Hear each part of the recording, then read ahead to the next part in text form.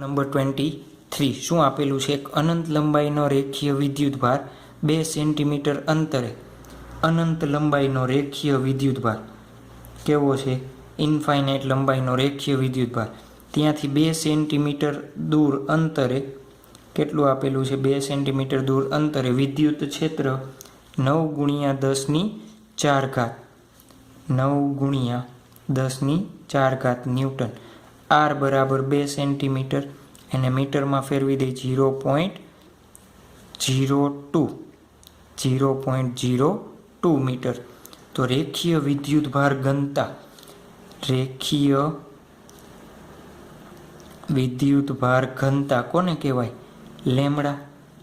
એ આપણે શોધવાની છે. ચાલો તો આપણે ક્યાંથી મળશે જુઓ તો, અનંત લંબાઈના તાર માટે આપણે સૂત્ર મેળવ્યું હતું. શું સૂત્ર મેળવ્યું હતું? E બરાબર લેમડાના છેદમાં 2πε0r. લેમડા શોધવી છે તો શું થશે?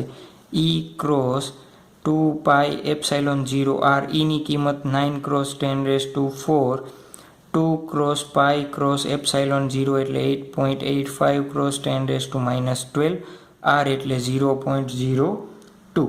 ચલો એનું સાદું રૂપ આપશો એટલે મળશે 10⁻7 કુલમ્બ પર મીટર. માઇક્રો કુલમ્બમાં ફેરવવા હોય તો 0.1 માઇક્રો કુલમ્બ પર મીટર. તો આપણા માટે થઈ ગયો આન્સર નંબર 23.